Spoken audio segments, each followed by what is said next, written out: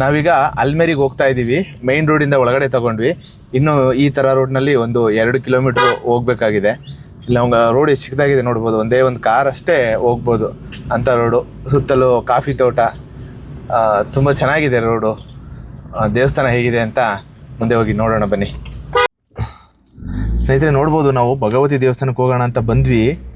Road ಅಷ್ಟೊಂದು ಚೆನ್ನಾಗಿಲ್ಲ, but ಹೋಗ್ಬೋದು ಅಂತ ಹೇಳಿದ್ರು. ಪ್ರಯತ್ನ ಮಾಡ್ತಾ ಇದ್ದೀವಿ. ಎಷ್ಟು ದೂರ ಇದೆ ಏನಂತ ಗೊತ್ತಿಲ್ಲ. ಇಲ್ಲಿ ಬಂದಾಗಿದೆ, ಕಾರ್ ತಿರ್ಗ್ಸೋಕ್ಕೂ ಆಗಲ್ಲ, ನಮಗೆ ಮುಂದಕ್ಕೆ ಹೋಗೋಕ್ಕಾಗಲ್ಲ, ಹಿಂದಕ್ಕೂ ಹೋಗೋಕ್ಕಾಗಲ್ಲ. ಇಲ್ಲಿ ಕೇಳೋಣ ಅಂದರೆ ನಮಗೆ ಯಾರೂ ಸಿಗ್ತಾನೂ ಇಲ್ಲ ಹಳ್ಳಿನಲ್ಲಿ. ಅಲ್ಲೇ ಕೇಳಿದ್ವಿ, ಮುಂದೆ ಹೋಗಿ ಹೋಗಿ ಅಂತಂದರು. ರೋಡ್ ಹೋಗುತ್ತೆ ಚೆನ್ನಾಗಿದೆ ಅಂತ ಒಬ್ಬರು ಅಂದರು, ಇನ್ನೊಬ್ಬರು ಚೆನ್ನಾಗಿಲ್ಲ ಅಂತ ಅಂದರು. ನಮ್ಮ ಶಶಿ ಅವರು ಬನ್ನಿ ಬನ್ನಿ ಅಂತ ಕರೀತಾವ್ರೆ ನನ್ನನ್ನು. ಅಲ್ಲಿ ದೇವಸ್ಥಾನ ಕಾಣಿಸುತ್ತಾ ನೋಡಿಜಿ, ದೇವಸ್ಥಾನ ಕಾಣಿಸುತ್ತಾ, ಮುಂದೆ ಹೋಗಿ ನೋಡಿ.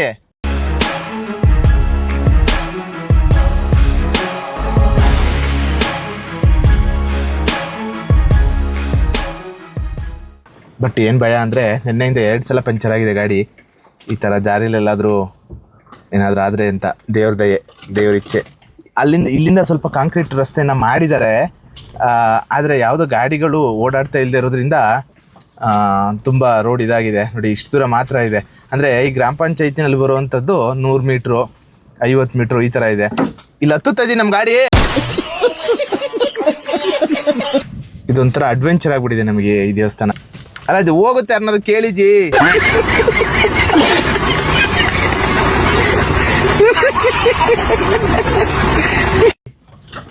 ನಾವು ರಾಂಗ್ ಬಂದು ನೋಡ್ತಾ ಇರ್ಬೋದು. ಇಲ್ಲಿ ನಮಗೆ ಕೇಳೋದಕ್ಕೆ ಅಥವಾ ಇದೇ ರೂಟ್ ಅಂತ ಹೇಳೋದಕ್ಕೆ ಯಾರೂ ಇಲ್ಲ. ಇಂಥ ಕಾಡಿನಲ್ಲಿ ಅಡ್ವೆಂಚರ್ ರೂಪದಲ್ಲಿ ನಾವು ಹೋಗ್ತಾ ಇದ್ದೀವಿ.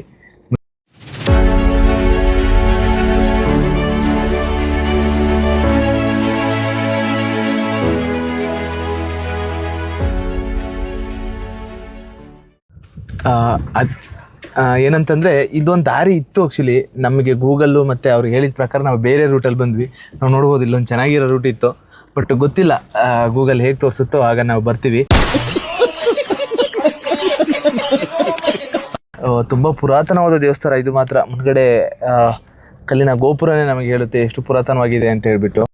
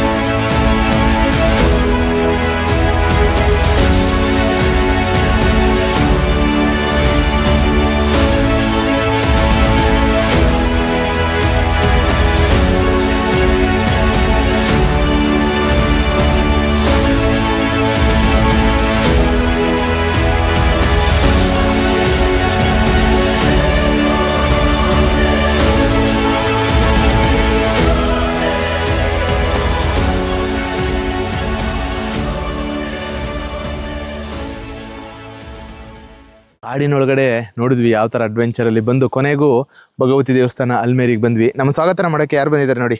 ಬರೋ ಇಲ್ಲಿ, ಓಯ್ ವೆಲ್ಕಮ್ ಇಸಿ. ಬನ್ನಿ ಒಳಗಡೆ ಹೋಗೋಣ. ಪ್ರಾರಂಭದಲ್ಲೇ ನೋಡ್ಬೋದು ಒಂದು ದ್ವಾರ ಹೇಗಿದೆ ಅಂತ ಹೇಳಿಬಿಟ್ಟು, ಕಲ್ಲಿನಿಂದ ಕಟ್ಟಿರುವಂಥದ್ದು. ಇದು ಕೂಡ ಶಿಥಿಲವಾಗಿತ್ತು, ಇದನ್ನು ಜೀರ್ಣೋದ್ಧಾರ ಮಾಡಿದ್ದಾರೆ ಧರ್ಮಸ್ಥಳದಿಂದ. ದೇವಸ್ಥಾನ ಬಾಗಿಲಾಕಿದೆ. ಪೂಜೆಗಳು ಅಷ್ಟಾಗಿ ನಡೀತಲ್ಲ ಅಂತ ಅನಿಸುತ್ತೆ ಮೇಲ್ನೋಟಕ್ಕೆ. ಹಾಗೆಯೇ ದೇವಸ್ಥಾನದ ಮುಂಭಾಗದಲ್ಲಿ ಒಂದು ಕಟ್ಟೆ ಇದೆ ನೋಡಿ, ಯಾವ ಥರ ಇದೆ, ಕಲ್ಲಿನಿಂದ ಮಾಡಿದಂಥದ್ದು. ಮತ್ತು ಒಂದೇ ಕಲ್ಲಿನಿಂದ ಅಲ್ಲದೆ ಬೇರೆ ಬೇರೆ ಕಲ್ಲನ್ನು ಸೇರಿಸಿ ಇದನ್ನು ಮಾಡಿದ್ದಾರೆ. ಇಂಟರ್ಲಾಕ್ ಸಿಸ್ಟಮ್ ಥರ ನೋಡಿ, ಇದೊಂದು ಕಲ್ಲು ಇದೊಂದು ಕಲ್ಲು, ತುಂಬ ಅದ್ಭುತವಾಗಿದೆ ಇದಂತೂ. ನಮಗೆ ಮೇಲ್ನೋಟಕ್ಕೆ ಏನು ಅನ್ನಿಸ್ತು ಅಂತಂದರೆ, ಧರ್ಮಸ್ಥಳದಿಂದ ಜೀರ್ಣೋದ್ಧಾರ ಮಾಡಿರೋವಂಥದ್ದು ಮುಂಗಡೆ ಇರುವಂತಹ ಒಂದು ಆ ಗೋಪುರವನ್ನು ಮಾತ್ರ ಮಾಡಿದ್ದಾರೆ ಅಂತ ನಮಗಿಲ್ಲಿ ಅನಿಸುತ್ತೆ. ಯಾಕೆಂದರೆ ಅದು ಪುರಾತನವಾದದ್ದು. ದೇವಸ್ಥಾನ ರಿನೋವೇಷನ್ ಆಗಿದೆ ನೋಡ್ಬೋದು. ಬನ್ನಿ ಒಂದು ಸುತ್ತ ಪ್ರದಕ್ಷಿಣೆಯನ್ನು ಮಾಡ್ಕೊಂಡು ಬರೋಣ. ನೋಡ್ತಾ ಇರ್ಬೋದು ನೀವು, ಸುತ್ತ ಇದು ಪ್ರಕೃತಿಯ ಮಡಿನಲ್ಲಿದೆ. ಸುತ್ತ ಒಂದು ಕಾಂಪೌಂಡನ್ನು ಹಾಕಿದ್ದಾರೆ. ಮತ್ತು ಇದು ಅಂಚಿನಿಂದ ಮಾಡಿದ್ದಾರೆ, ಅಂದರೆ ಹೊಸದಾಗಿ ಕಟ್ಟಿರುವಂಥದ್ದು ಇದು ದೇವಸ್ಥಾನ. ಹೊಸದಾಗಿ ಅಂದರೆ ಈ ಕಾಲದ್ದು ಒಂದು 30-40 ವರ್ಷಗಳ ಹಿಂದೆ ಕಟ್ಟಿರುವಂಥದ್ದು. ಮತ್ತು ತುಂಬ ದೊಡ್ಡ ದೇವಸ್ಥಾನ. ನಾವು ನೋಡ್ಬೋದು ಎಷ್ಟು ದೂರ ಇದೆ ಅಂತ ಹೇಳ್ಬಿಟ್ಟು ನೋಡ್ಬೋದು. ವೀಕ್ಷಕರೇ, ಯಾರ್ಯಾರು ವಿಡಿಯೋ ನೋಡ್ತಾ ಇದ್ದೀರಾ ದಯವಿಟ್ಟು ಶೇರ್ ಮಾಡಿ, ತುಂಬ ಜನಕ್ಕೆ ತಲುಪಲಿ ಈ ವಿಡಿಯೋಗಳು. ನೀವು ನೋಡಿದ್ರಿ ನಾವು ಯಾವ ಥರ ರೋಡಲ್ಲಿ ಬಂದ್ವಿ.